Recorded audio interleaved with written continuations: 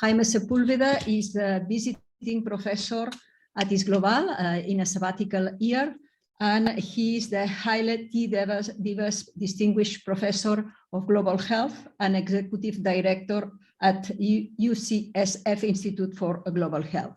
Jaime has started already a series of masterclasses during this academic year that we open to all ISGlobal community and also to our alumni and other networks that we are connected. In this case, this masterclass is the closing session for our course on international governance and politics of global health, but at the same time is open to everyone that wanted to join it. So I will stop here and let Jaime talk about the topic of his masterclass today, that is diplomacy, architecture, governance, and financing of global health. Please, Jaime, you are very welcome. Thank you, Nuria. Thank you all for attending this session. Since we have almost 2 hours ahead of us, my plan is to divide the session in 2 so that we can take a break in approximately 1 hour. Please do interrupt me if at any one point you want to clarify something or make a comment. And also, if you want to post anything, please use the chat. I would like to take the opportunity to thank Dr. Nuria Casamillana for inviting me here.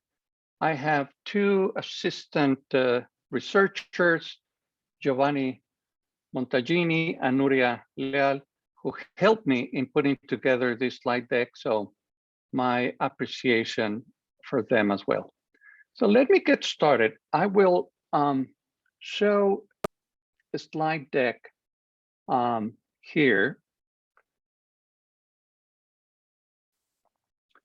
As mentioned, this is about global health diplomacy, architecture, governance, and financing, which are 4 pillars of the overall global health system. And I will get into each one of those in some detail. Now, it is important to mention that all 4 pillars, as I'm calling them here, governance, architecture, financing, and diplomacy, interact. So like a Venn diagram, they have some special areas of their own, but in the final analysis, they all coalesce into a system. Now, I like very much this conceptual framework of 5 leading global health metaphors. This appeared in Lancet a few years ago. So the 5 principles are global health as foreign policy, and I'm going to give you some examples in a moment. Global health as a security factor, global health as charity, or global health as an investment, or global health as public health. So examples of each and every one of these 5 principles are here.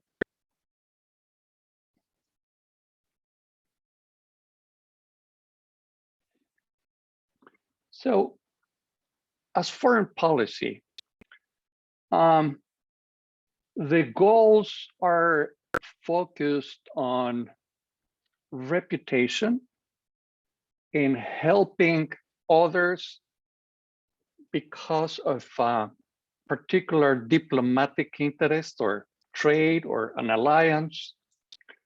And it is mostly represented with a focus on HIV/AIDS or other infectious diseases.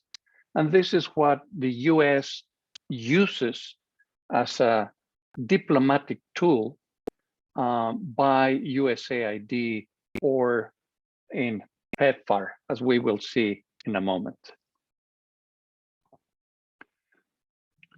So when we see global health as a matter of national security, the main goal is to combat terror or a specific problem that eventually will come back and affect us.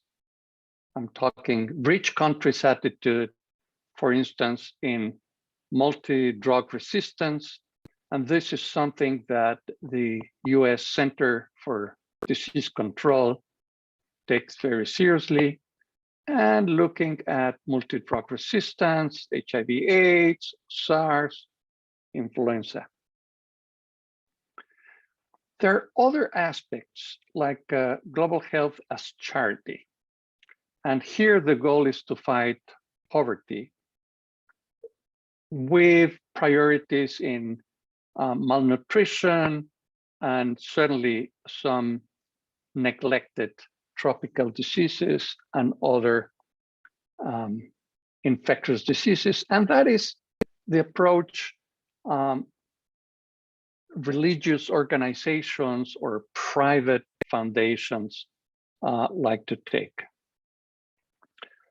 Then we have global health as an investment. By protecting people, you foster economic development. And this is the case with HIV/AIDS, malaria.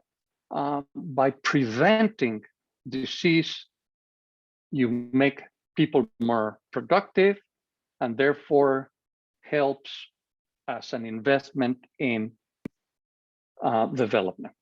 And that is the approach of the World Bank and other regional banks. When you look at public health as global health as public health, you are interested in the overall burden of disease. You want to maximize health improvement and extending life expectancy. And that is the approach mostly of WHO and other multilaterals that have a vertical focus mostly. So this is the table with all of the metaphors, goals, priorities, and institutions. Let me take a moment to describe diplomacy. The term was coined at the end of the 18th century and refers to the conduct of negotiations between countries to achieve foreign policy objectives without recourse of war. So it's interesting that this has been only for a few years specifically stated, but there are many precedents. Certainly, if you read The Art of War, 5 centuries before Christ by Sun Tzu, it states that the supreme art of war is to subdue the enemy without fighting. And if you read Machiavelli, you will see never attempt to win by force what can be won by deception. Very cynical, very Machiavellian. Or more recently, Karl von Clausewitz with his famous phrase, war is the continuation of politics by other means.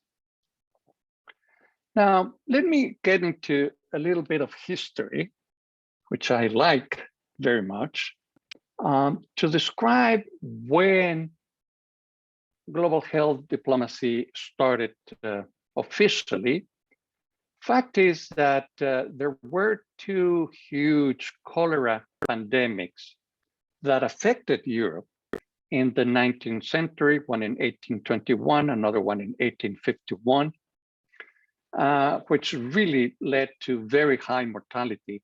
And countries in Europe understood they had to act together in order to prevent further pandemics. So the first international sanitary conference took place in Paris in 1851. There were 12 countries, European, all of them, represented interestingly by a diplomat and a physician per country. Over the next half a century, there were 10 international sanitary conferences. The fifth one took place in the US, including some Latin American countries, China and Japan. But this has been mostly an European effort. If you look at the timeline, since the first international sanitary conference, the next milestone was the creation of the Pan American Sanitary Bureau at the beginning of the 20th century. Then the creation of the International Office of Public Hygiene, the creation of the Rockefeller Foundation, which became the diplomatic arm of the US government. Then the creation of the World War I of the League of Nations, and later the creation of the World Health Organization at the end of the Second World War.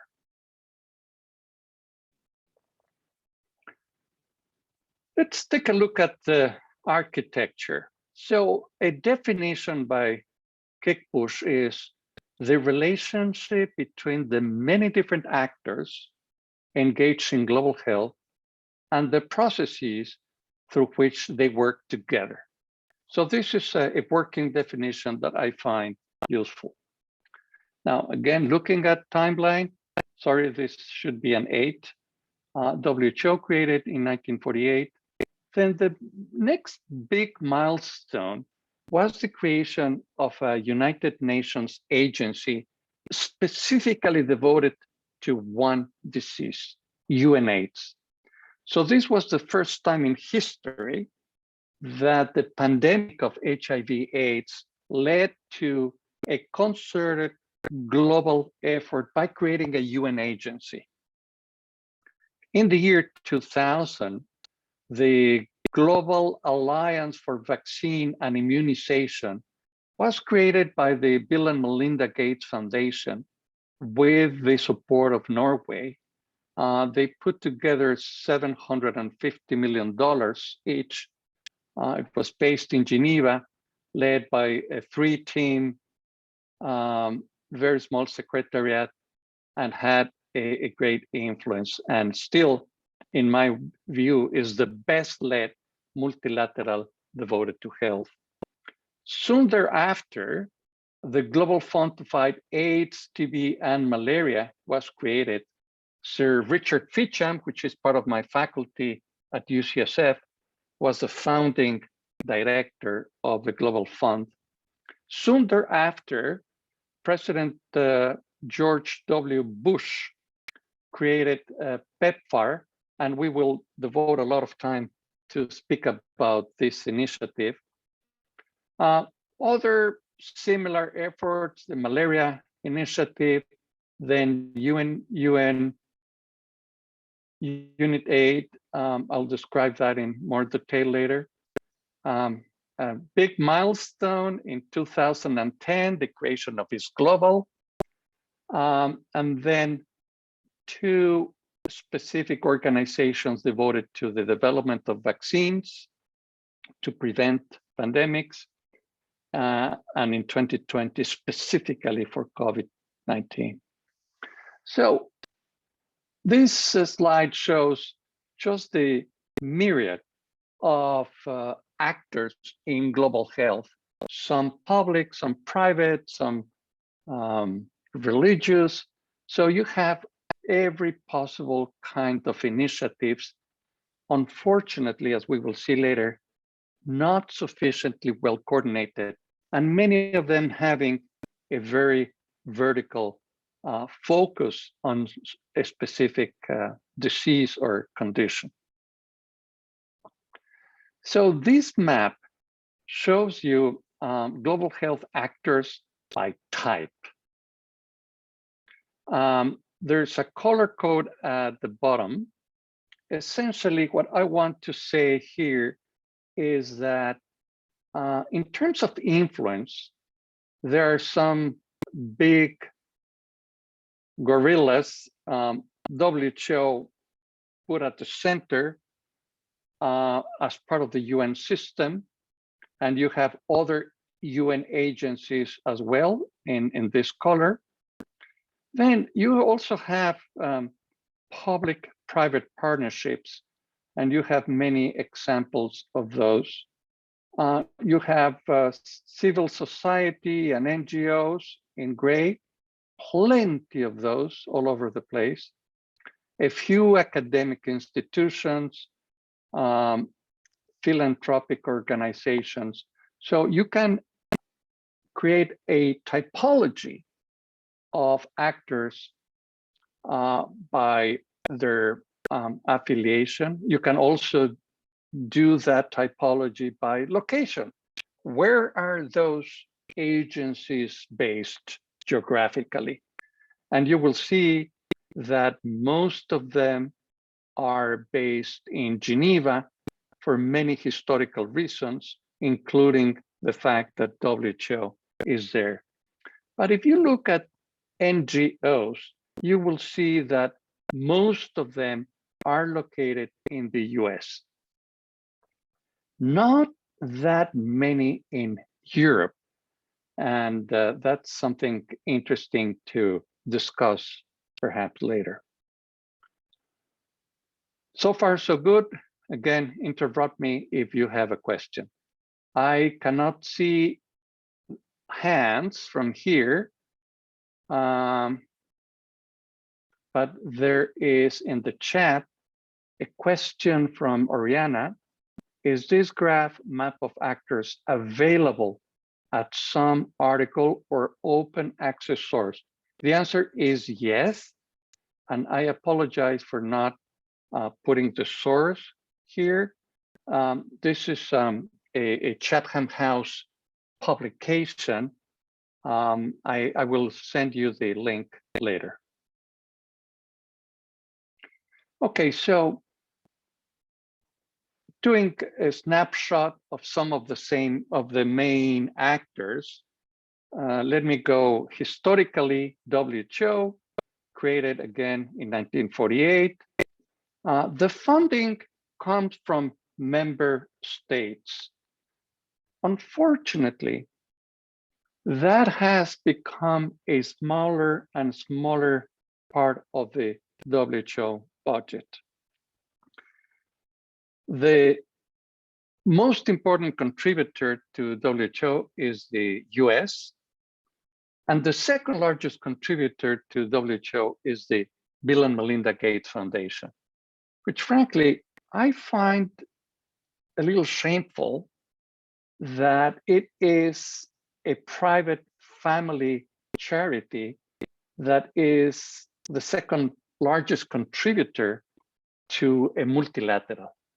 So as we will see later, it should be member states that are the main contributors of such an important organization.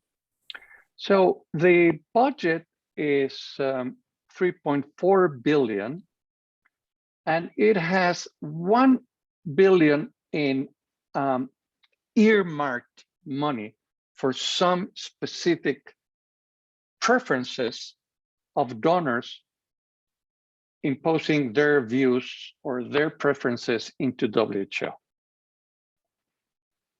For instance, all of the polio effort is done through extracurricular money. WHO history is full of successes.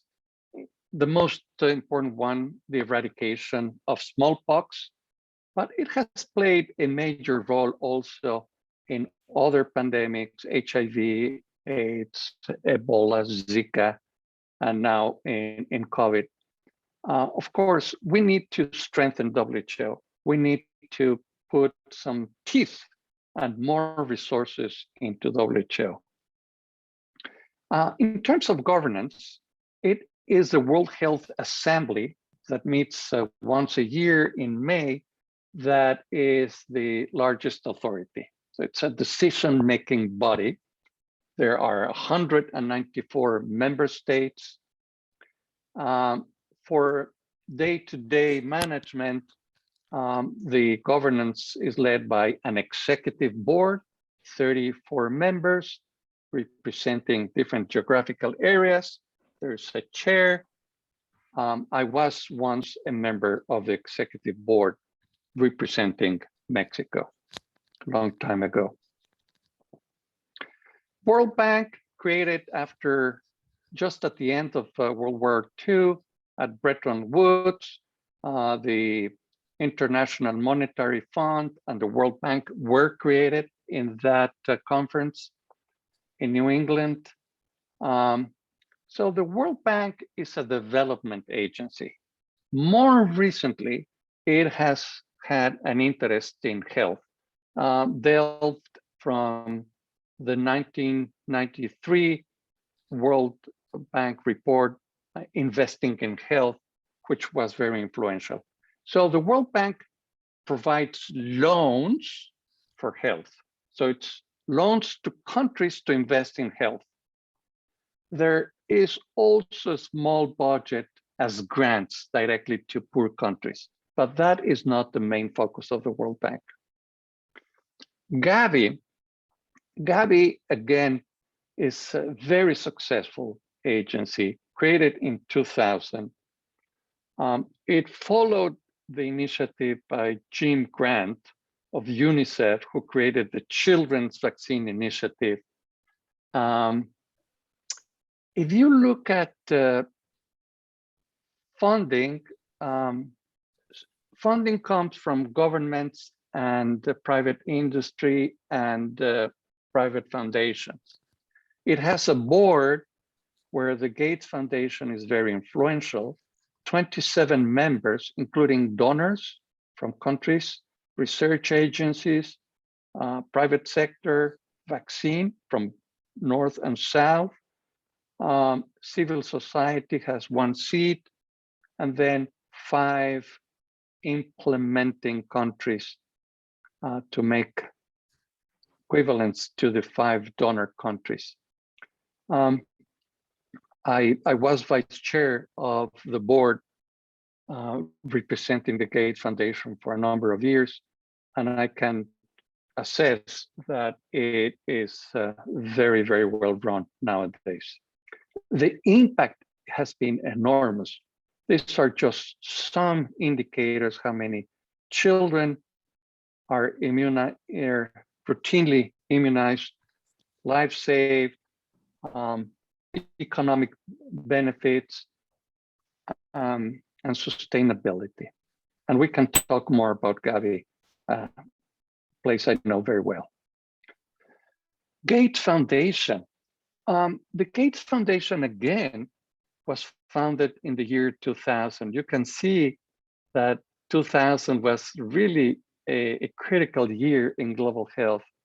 So it was created by Bill and Melinda Gates, and Warren Buffett was added later in 2006 as a trustee when he pledged to donate $30 billion. It's remarkable. Warren decided not to create his own foundation, but to give his money to a foundation that was already working very well. And we can talk more about this. So the Gates Foundation invests now $6+ billion per year, the payout. And the focus is mostly, not exclusively, but mostly in global health.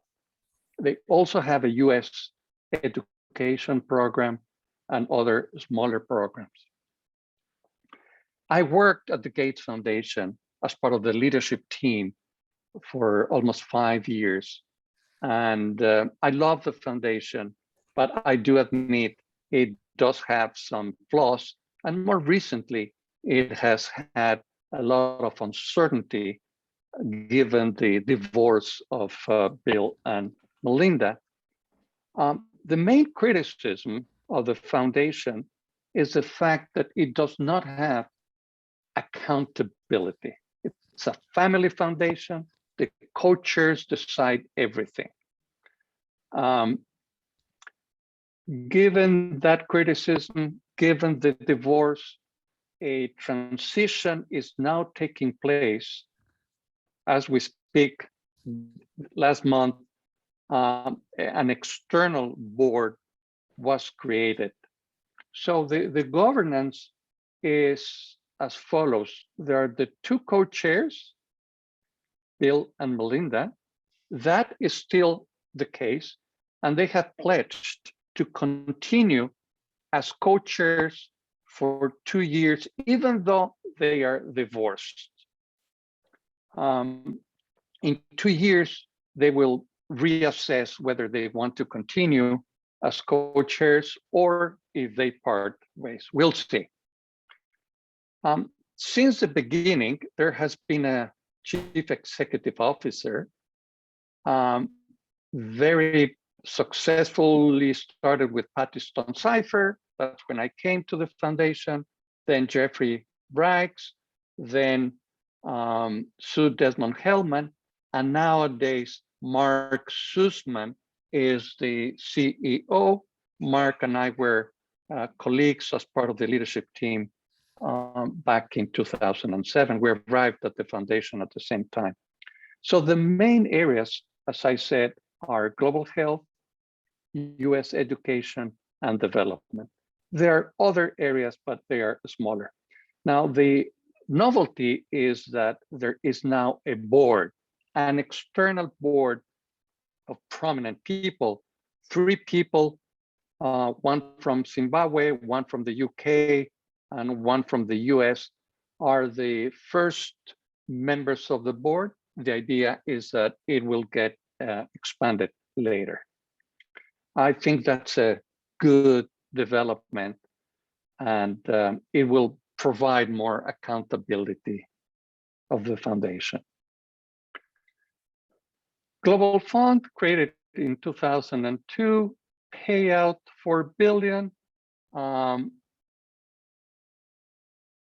specifically for COVID-19, but they already had a $4.2 billion a year, specifically for HIV, tuberculosis, and malaria. Governance, 20 voting members, and impact is also amazing in terms of how many people are depending on the Global Fund for antiretroviral therapy in 2020. What happens if the Global Fund and PEPFAR disappeared? Well, a lot of people would be without access to antiretroviral therapy, and that worries me deeply. Number of people under TB treatment, mosquito nets. So you can measure impact in terms of outputs, outcomes, and overall impact. PEPFAR, another program I know well, begun in 2003, has been reauthorized by the US Congress in 2008 and 13. Overall, more than $100 billion have been paid out, disbursed on a bilateral way, choosing some countries. Interestingly, China in the beginning was a beneficiary of PEPFAR. That is no longer the case now. So they are focusing on those countries that are really most in need, and it covers from prevention to treatment and care. It's a slightly different model from the Global Fund. It's much more hands-on. And you can see that most of the PEPFAR money is money that goes bilaterally from the US to a given country, and that is, of course, diplomacy. There's some money that goes directly to the Global Fund to complement the efforts. In 2021, there has been money from PEPFAR directly allocated to COVID as emergency funding. So what happens if this money goes away, if Trump comes back as president of the US, is something that really, really scares me. Again, impact. I don't want to get into details here, but you can see how many countries have reached the goal of the 1990 HIV treatment targets, babies born HIV-free, testing services. So it is just amazing what PEPFAR has been able to achieve. I was asked by the US Congress and the National Academy of Medicine of the US to chair a committee to evaluate PEPFAR a number of years ago. And that was critical because that report would incentivize the US Congress to continue PEPFAR funding. And I visited many of the countries with a team. We spent 2 years doing the PEPFAR evaluation, and a book with a full report came out. So I'm very impressed with the US commitment to HIV/AIDS as a diplomatic, as a foreign policy, as a charity, as a public health. So all of the metaphors are here in the case of PEPFAR. Unitate, fascinating. This was an idea by the French that had Brazilians also enthusiastically endorsing, and they were the two more visible countries behind this diplomatic effort.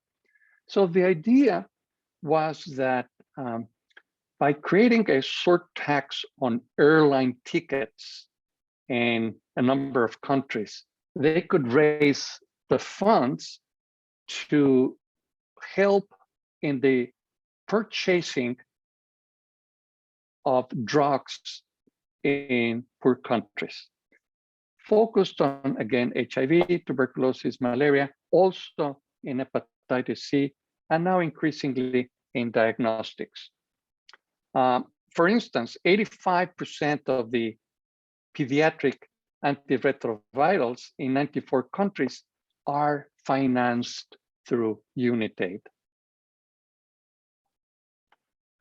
COVAX is the latest actor.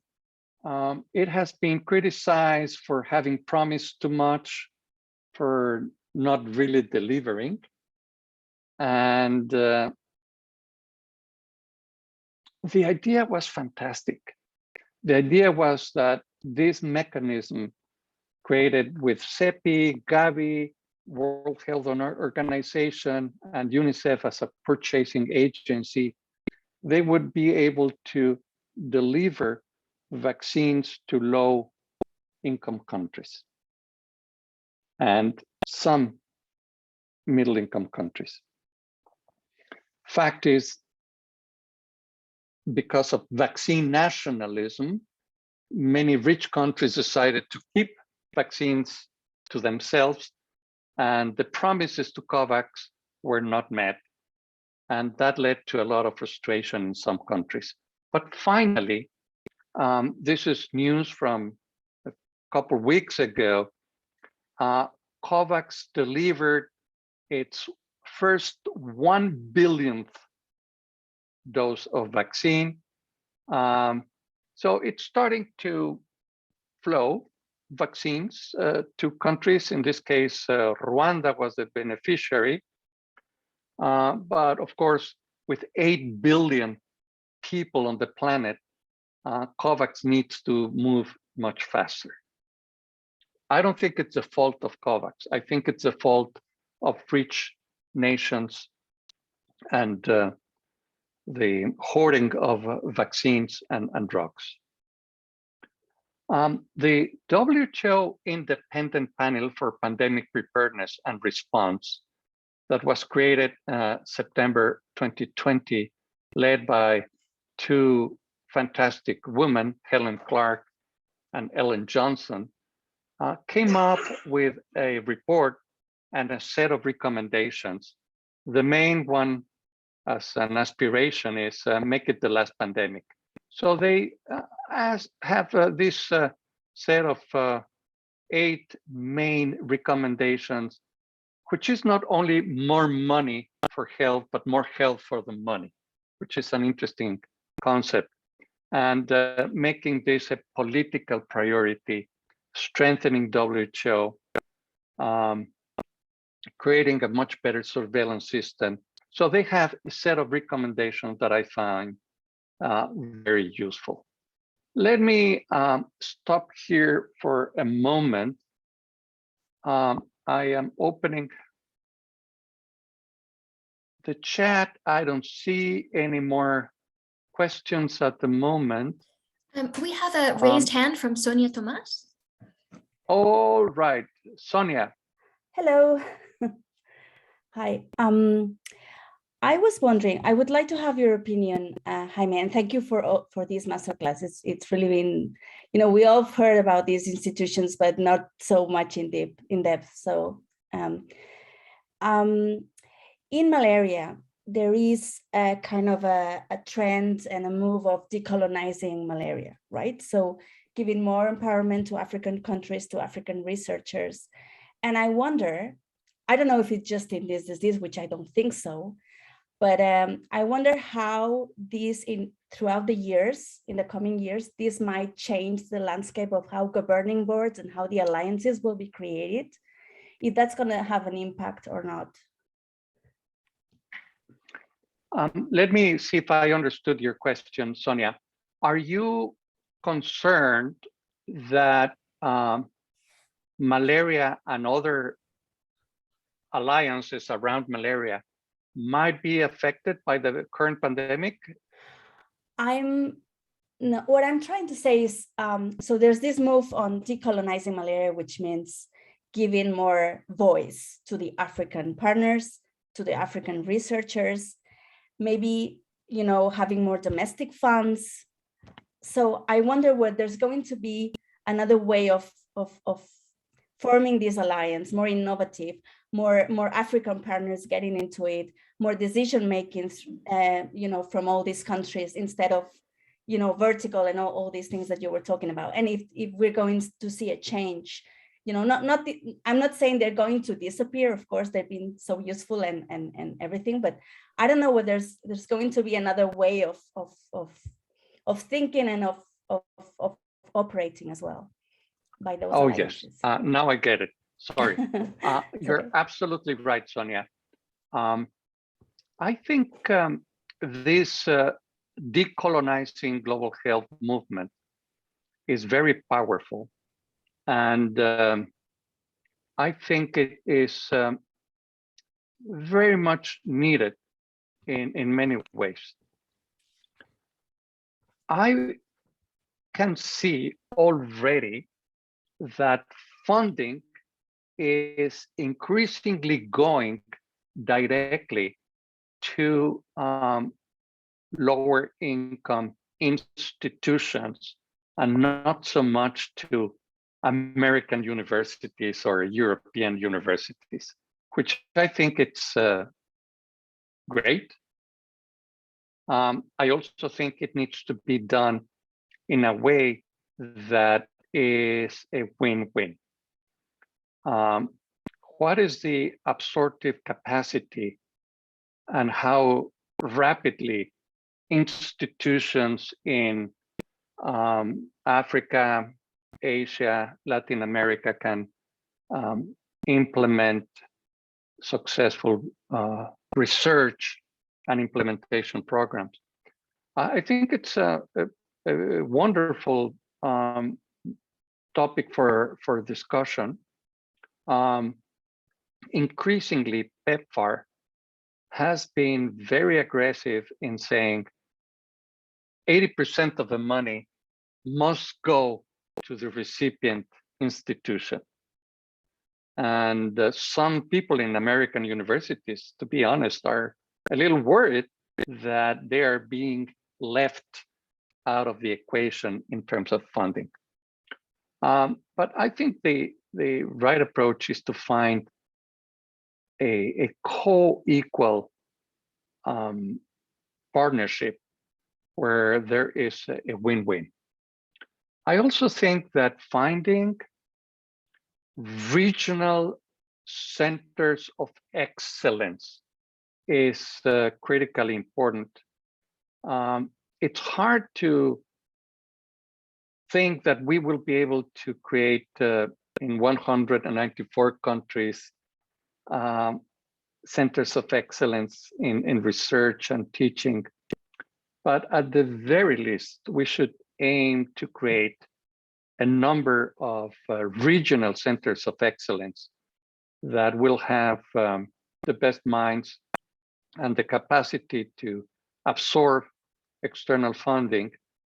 And you also did mention, Sonia, that countries need to put more money domestically.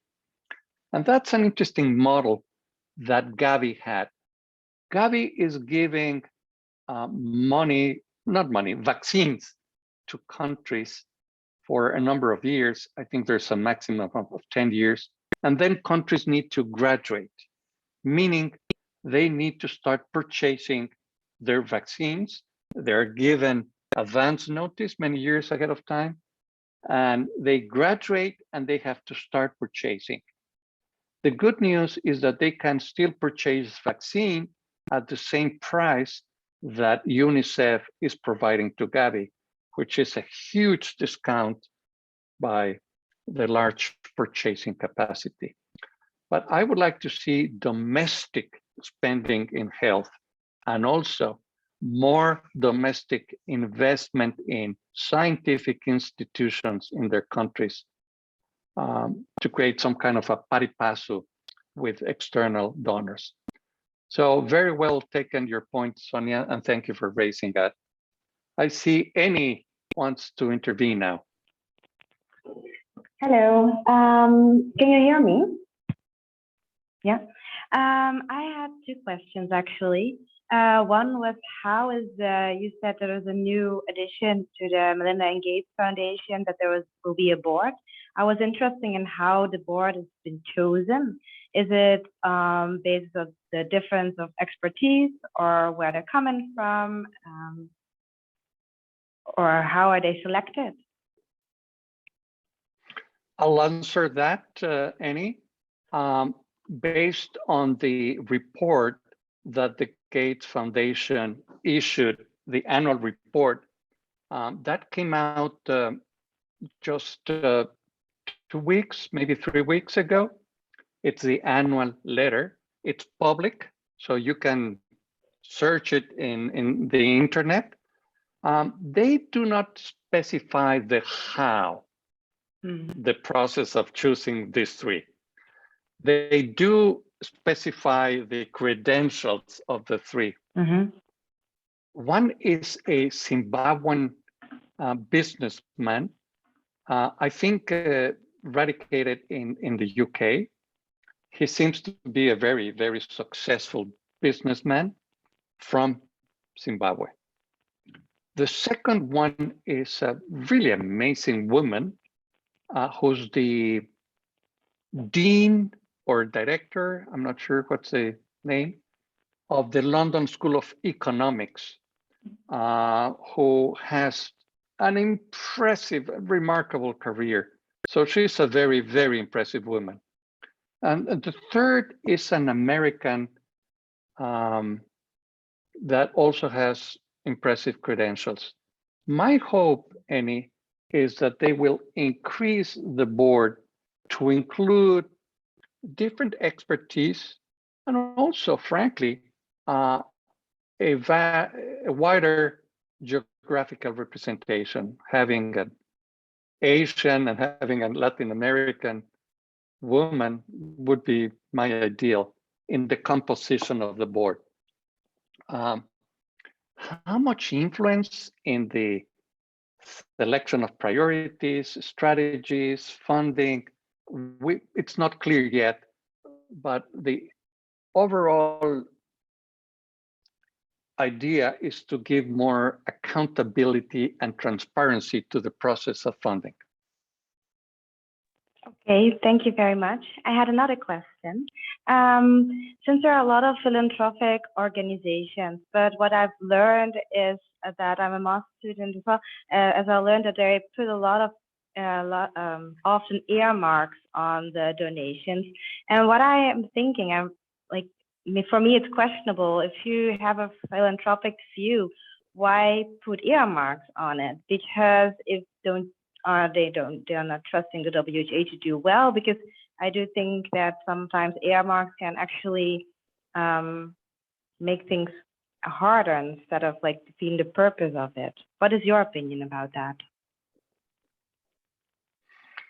I tend to agree with you, Annie.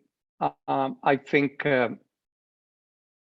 money that is earmarked to WHO is limiting its capacity to spend.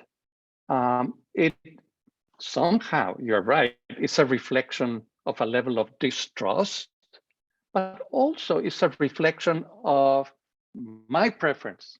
I want to get rid of polio, and I'm willing to put whatever amount of money is necessary to get rid of polio. So I sympathize with that as well, because clearly we want to get rid of polio and it requires funding, and which otherwise might be forgotten into the overall spectrum of problems. And the Gates Foundation, which is has been criticized by focusing on a few verticals and giving funding only for a few verticals. At least I can testify that they do their work very, very carefully, and they select their priorities very, very carefully. So I can see both angles, but in an ideal world, the WHO would be less political, would be better managed, and would be given real flexibility without the imposition of vertical earmark money. But we're not in an ideal world. Okay, thank you very much for your elaboration. Thank you, Annie. Okay, let us take 5-7 minutes max. I really, really want you to be back at in 7 minutes. So that means 4 o'clock. Let's take a break, stretch legs, and come back at 4 o'clock. Thank you. We are recording again. We have now 31 people in the audience. Let me ask you a favor. I want all of you to turn your videos on if your wavelength allows it.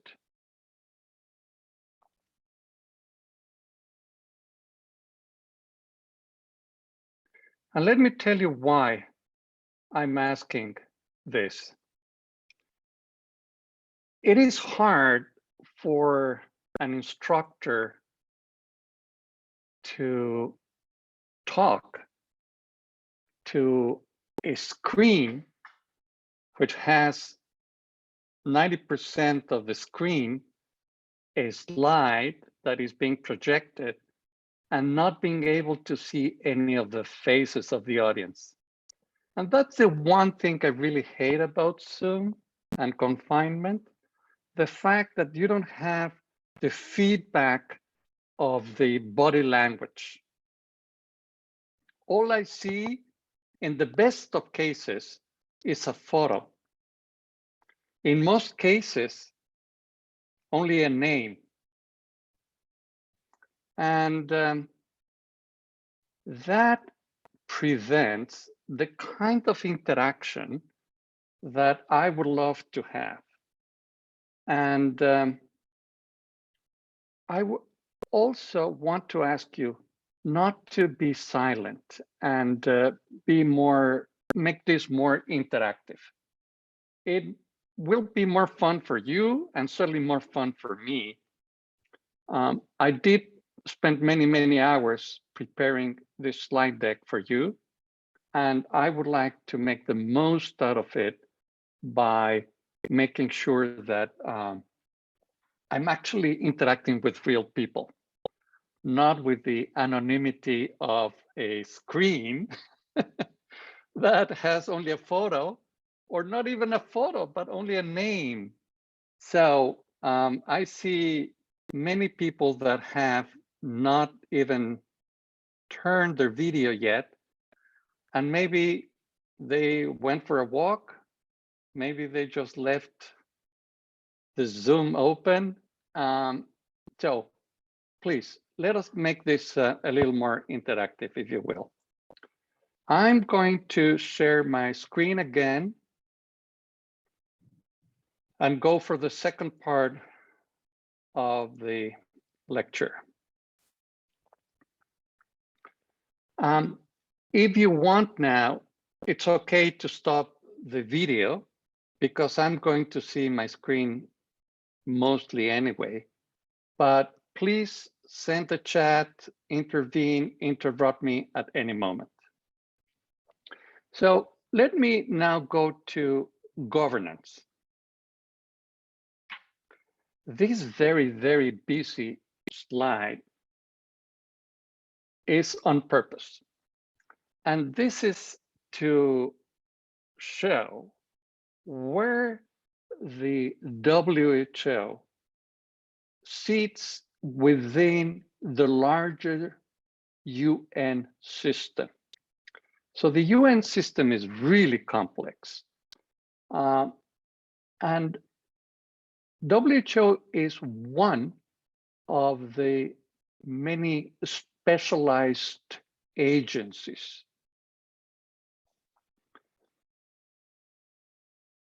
And it makes the UN system so complicated with a lack of coordination and frankly, synergies with other funds and programs sitting within the UN.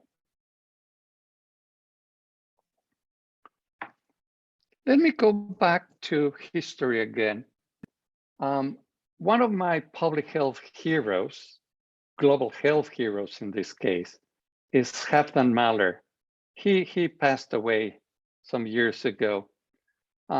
He led the WHO for several terms and was an amazing leader with a great vision.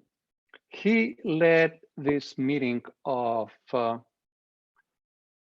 Alma Ata in the Soviet Union with the notion of having health for all by the year 2000. So this took place in 1978. So it was a vision 22 years actually ahead, with the notion that primary healthcare should be the base of the whole pyramid. And he also endorsed health as a human right, with a focus on health equity, with intersectoral development, community participation. So the aspiration of health for all was really inspiring. And all of us working in the 70s in public health were fascinated by the notion of equity and health for all. So that's why I'm calling this slide WHO's finest hour, just as Winston Churchill called Britain's finest hour during the Battle of Britain.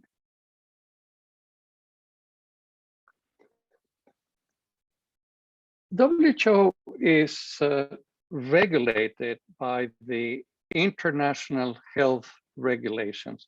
And when I say WHO, I don't mean the agency sitting in Geneva.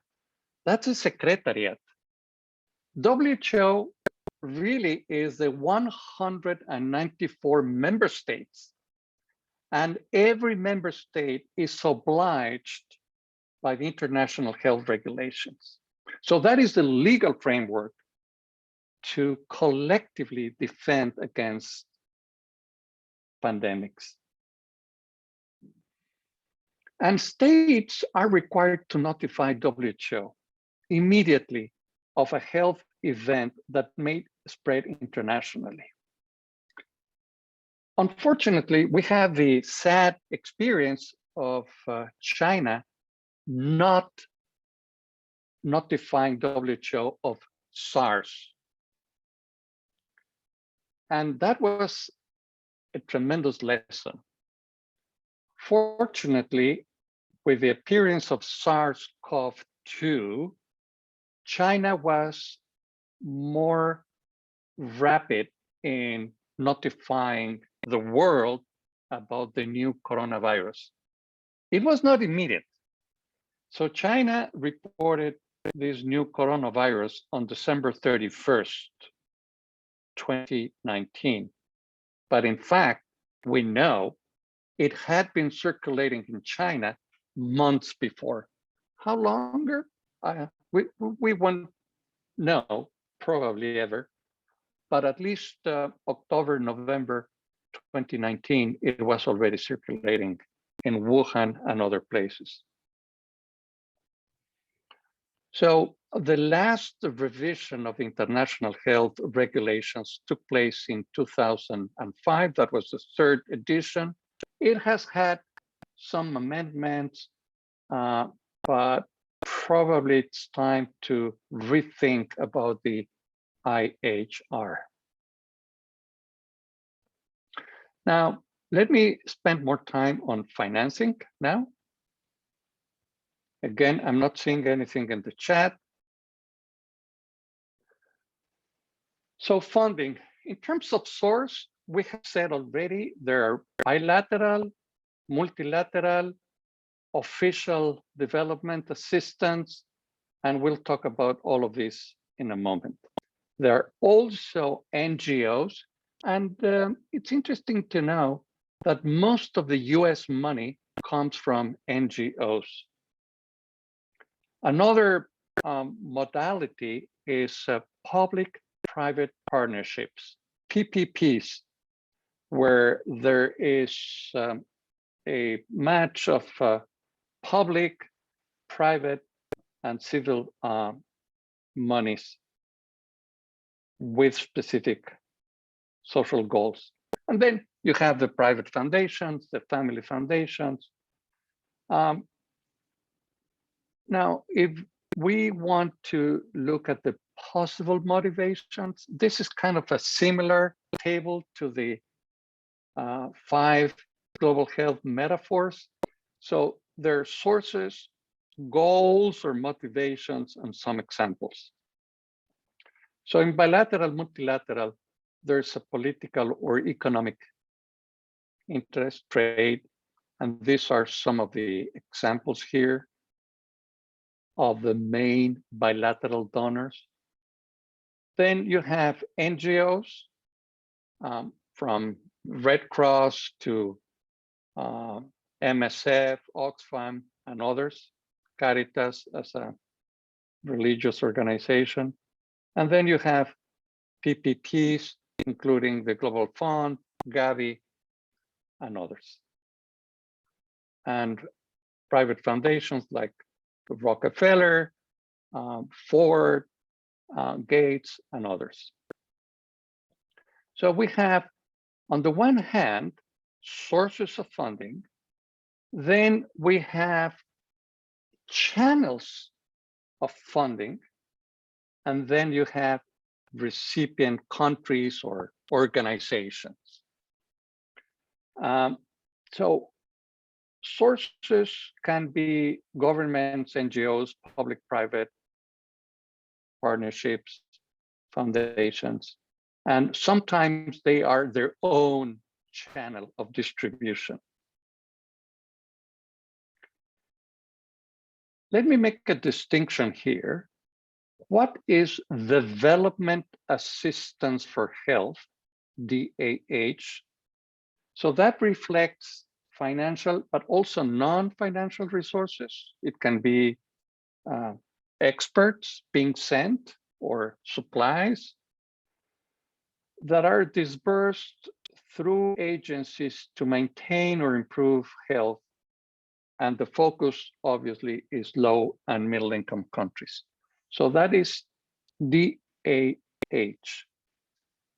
which is different from ODA, which is official development assistance. So most of the money actually comes from ODA mechanisms. This measure only includes governmental aids from a group of rich countries called DAC.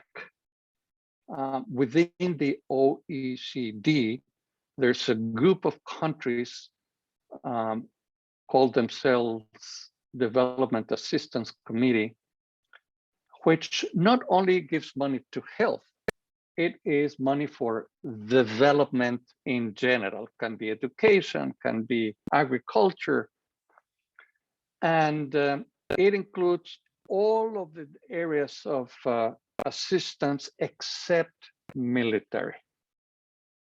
That is a separate category.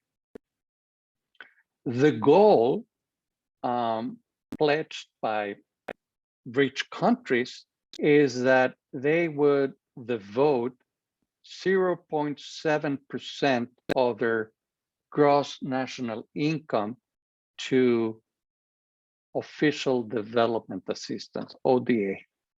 How well are countries actually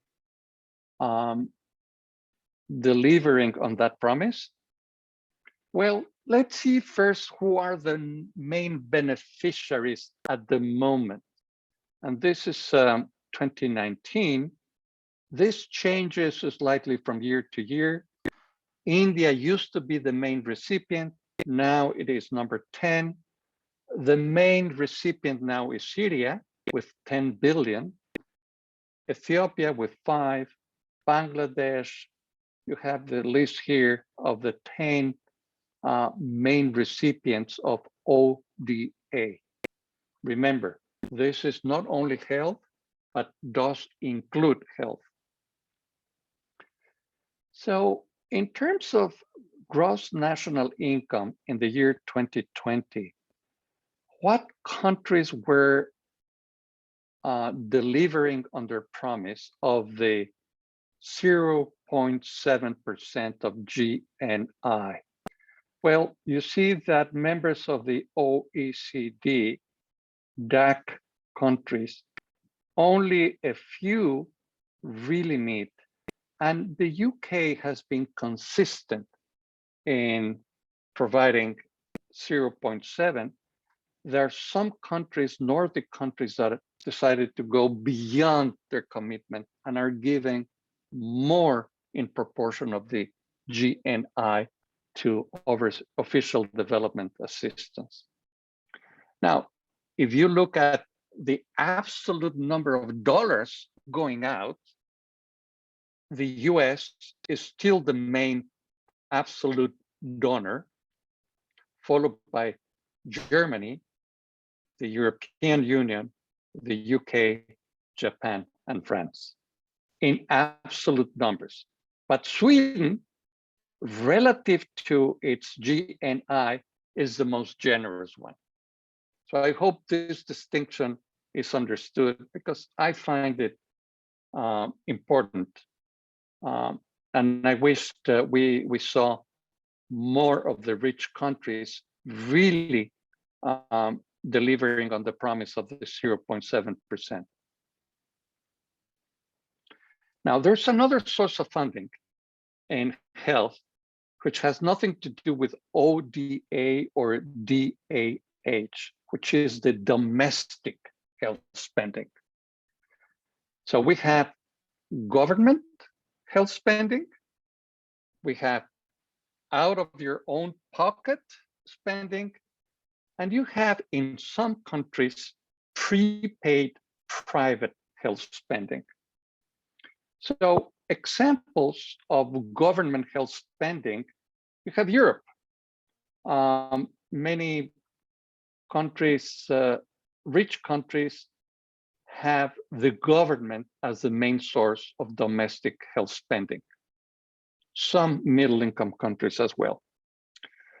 Unfortunately, you have out-of-pocket health spending being the sometimes main source of funding for health domestically in poor countries.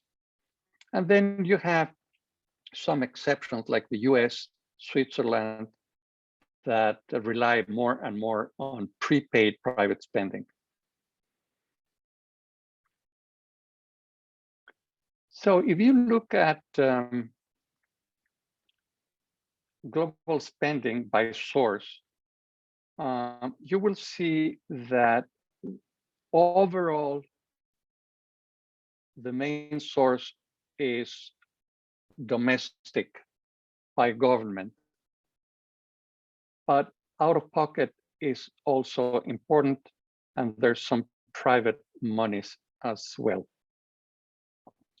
If you look at the mix, at the composition in different countries, you will see that in the US, for instance, there is significant private prepaid insurance. A lot of my salary goes to pay for my private insurance in the US. In Europe, the main source is from government, which to me makes the most sense. There is some out-of-pocket, yes, and in some countries, the very rich can afford to buy private insurance on top of. In Brazil, you see a mix. This is a typical example of a middle income where you see government monies out of pocket and then the wealthy buying private insurance on top of. Unfortunately, in poor countries, the main source of funding is your own pocket, which leads to inefficient and low quality services most of the time. Now, let us look at the trend of global health funding. It started really in the 1990s, and it started to grow, but the largest growth came starting in the year 2000. And then in around 2010, it reached a plateau and stayed in a plateau for a number of years until 2020. With the pandemic, there's new funding for global health, mostly in this area, which is infectious diseases. Obviously, we're talking about COVID here.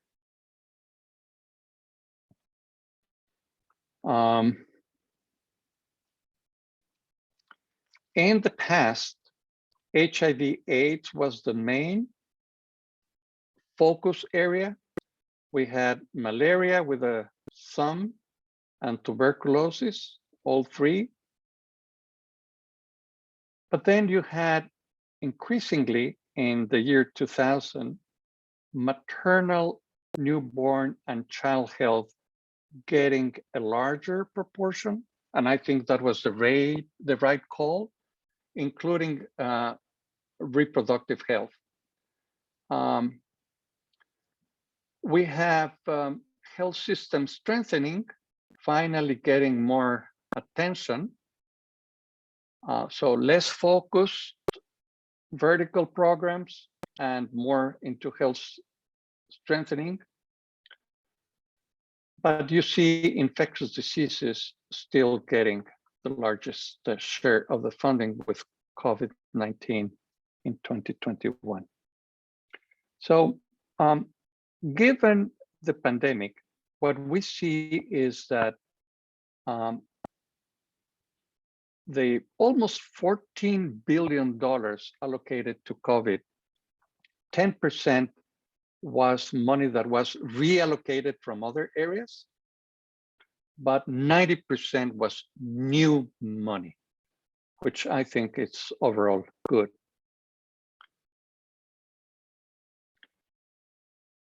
So let me talk now specifically about the Bill and Melinda Gates Foundation. So in terms of funding sources, the Gates Foundation is not the main donor. Obviously, as I mentioned, the USA is the main donor, followed by UK, Germany, France, and other countries. But look, starting in 2000, how the Gates Foundation has become a really important player in global funding. As I did mention, it is the biggest private foundation with over $6 billion dispersed last year. And overall, they have given, since its creation, $60 billion in grants. So it's a key stakeholder in global health, obviously. In 2020, what was the source and the destination? You can see that in infectious disease programs, most of the money used to go to a variety of infectious diseases, mostly HIV/AIDS.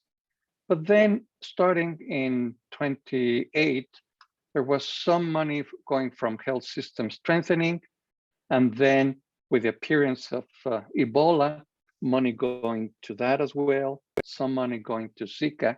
But it was until 2020 that COVID really called for a larger disbursement, again, almost $14 billion directly specified for COVID-19. How is that money going in terms of health system strengthening? Most of the money is going to pandemic preparedness and human resources and a variety of other programs. Now, as I mentioned before, there is a source, there's a channel, and there is a program or focus area. This charts developed by the Institute of Health Metrics and Evaluation, IHME, in Seattle, are very useful. They're doing the best work in terms of getting all of the monetary information from all of the sources, including tax records from individuals. And they put that into this interesting chart where there are a number of sources, and this is looking at development assistance for health, specifically going to COVID-19 in 2020. So there are a number of bilaterals, private foundations, other sources, mostly money coming from individuals. There's private philanthropy, and again, bilaterals. So monies can be channeled through a very different kind of agency. Can be CEPI, can be development banks, can be the European Commission, the Global Fund, other NGOs or UN agencies. So that is the channel where countries decide to put their money, and then these agencies disperse the money in different health focus areas. The important thing here is to say that almost 14 billion were disbursed, as I mentioned.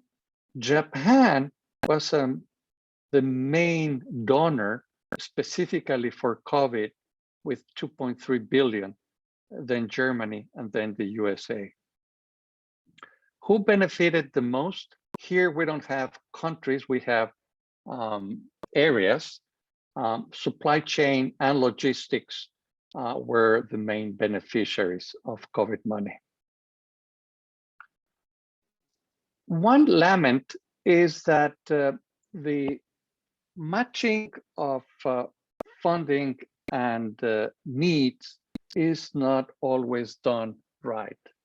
Just look at the development assistance for health for COVID-19. So Latin America and the Caribbean, had 34%, 1/3 of the global deaths from COVID occurred in Latin America. However, aid received was only 8% of the total development assistance for health. Sub-Saharan Africa was the main recipient of money for COVID, however, is the region of the world with the least number of deaths from COVID. So there is a mismatch, and you can see this kind of mismatch all of the time. Annie, please go ahead. Thank you. I had a question. Can you hear me? Yeah, okay. Is there, I mean, it's mentioned COVID death, and I was wondering about the numbers, because since there can also, since maybe there's also a possibility that the counting is not done rightly because of the difficulties in health system. Could that be maybe it's not false, but maybe incorrect perception? Annie, I apologize, but I could not hear you well because there's a lot of echo. Do you have a microphone you can talk to? I'll try it again. Can you hear me better now? Yes. Okay. I was wondering about the numbers of the COVID deaths, because since there's also difficulties in the health system, could it be that there were more deaths in sub-Saharan Africa, but they are not notified as COVID deaths due to the failure or the limitations of the health system? I think you're making a great point, Annie. And indeed, I had been very skeptical of the COVID numbers coming from Africa. Certainly in cases, I don't believe numbers practically from anywhere, because clearly everywhere there is a sub-estimate of the real number of cases given asymptomatic, given lack of testing, given health system information systems. There are many reasons why the number of cases are really flawed and underestimated. However, deaths are harder to not being accounted for. Clearly, not all of the deaths from COVID are reported as COVID. It can go as a typical pneumonia, it can go as pneumonia, it can go with a number of other reasons in the death certificate, given there is a death certificate, which is in some poor countries not the case. However, you can find estimates of excess mortality in almost every country. And I think it's that excess mortality that we care for.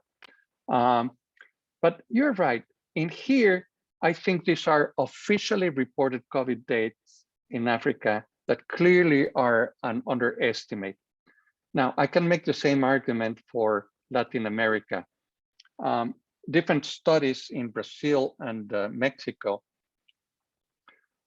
demonstrated that the real toll of COVID mortality is twice as large as the officially reported number of deaths. So it is an argument that applies to other countries. However, using official data, you can still see this mismatch between funding and burden. Okay, thank you. I'm sorry, I have another question. Can I ask it or should I ask it at the end? Go ahead, please. Sorry. Yeah, it was about the DAC countries that are not getting the target of 0.7%. I was very interested because I saw Switzerland and Japan were not matching this rate. Could it be because they are already investing due to different donations that are not able to, or they're not willing or not able to match this percentage? Or what do you think the cause could be? In short, I don't know, but this is data coming from OECD, and that is where DAC countries are reporting. So I honestly don't think there is a sub-accounting of other grants coming from bilaterals, coming from DAC members underreporting their disbursements, because it's their official data going to OECD. So I don't think that is the case. No, I thought, is it like a separate gift to the DAC, what they're giving? Is it like separate of the governmental donations, what they already giving, or is everything concluded? I'm so sorry, I don't know a lot about the structure. So this is official development assistance that includes DAH, but it's not limited to health. It includes all of the development assistance except military. Yes, that I do understand. But for instance, if I look at the Netherlands, I'm from the Netherlands, I know there are a lot of initiatives that they're also donating to developing countries. So what I was thinking, maybe because they're already donating that much, they are not getting the target of 0.7 because they actually already spending in a different way. Do I make myself clear? You are, but my understanding is that both governmental monies, these are governmental monies. Let me double check if it also includes private money going directly to agencies. This is government funding, official development assistance. So this is government money through bilateral or multilateral systems. you might be right that it might not include private donations. Let me double check on that. Thank you. I saw Violeta before. Is she still interested in asking a question?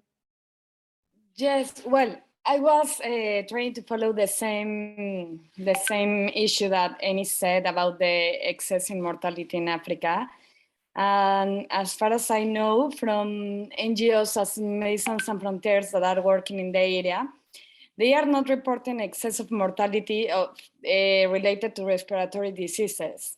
So I think that also is important to take into consideration the data that are coming from different NGOs, because give us an idea about what is happening in those areas. And I have some questions for you, but I think that I will leave you to end the presentation and later on get deeper in other aspects. Thank you, Violeta. I'm going to be finishing soon, but the main point you're making is that, again, sub-Saharan African countries might be underestimating the real burden of COVID deaths. And I think we will need to rely on excess mortality from various sources, not necessarily reported excess mortality in respiratory diseases, but overall mortality in general, to have a better assessment. In the case of Latin American countries, it has been estimated that twice as many deaths in the excess mortality, a large proportion of the excess mortality was due to COVID, meaning that it is at least twice as many the real count of COVID deaths in at least in Brazil and Mexico. Okay, let me now continue to, I'm almost finished here. So this slide is it's repeating some of the things I have already mentioned. Of the almost $14 billion, 10 was repurposed, 90% is new money. It was the Global Fund which did most of the repurposing. UNICEF did some, bilaterals did some, Gavi and European Commission very little. So good news, 90% of COVID in the 14 billion is new money, not repurposed. Now, what areas were the most affected? 7% reduction in maternal and reproductive health, 6% in tuberculosis, 2% in malaria. So monies that were in these areas, some of their monies was repurposed to COVID. But I think it's only a temporary thing. So to conclude, and this is just a random list of conclusions. There are many others that I hope you will help me identify from this lecture. International sanitary conferences was the foundation led in Europe to control pandemics. And it was from the beginning intended to bring the best of science and diplomacy together in a health approach. WHO has been instrumental, but clearly requires not only more funding, but importantly, more teeth. The World Trade Organization, WTO, has teeth. They can impose sanctions in country members if they do not oblige to the regulations. WHO has no teeth. It cannot impose sanctions, economic sanctions or other sanctions to countries not reporting an outbreak of a new or a re-emerging or a resurgent condition. So that is a concern. No teeth in WHO. There are many, many actors in global health, particularly since the year 2000, but I fear there is insufficient coordination, and many of those new actors have a very specific vertical interest, while we need to think more on an integrated diagonal approach. And some other time, I will tell you what I mean by a diagonal approach. Development assistance for health funding has grown rapidly since the year 2000, then reached a plateau, and now with COVID has had a resurgence of funding. But we cannot have this system of ups and downs. We need to have a global health architecture that anticipates events, not reacting to events. So we need to be much more proactive in anticipating future pandemics. I regret deeply the fact that economic and health inequities have been increased vastly by the pandemic. The number of people getting into absolute poverty as a consequence of COVID has been devastating and pretty universal, I would say. So something to work on. And finally, I believe this is an opportunity for the world to rethink the global health architecture and financing to not have another pandemic as we had. As the independent panel said, make this the last pandemic. So I think creating centers for pandemic preparedness in each and every country, and then having a much better coordination in the global health architecture in the multilateral system is the way to go. And if the world doesn't get this learning, shocking learning into the future in terms of preparedness, we would have missed a tremendous opportunity.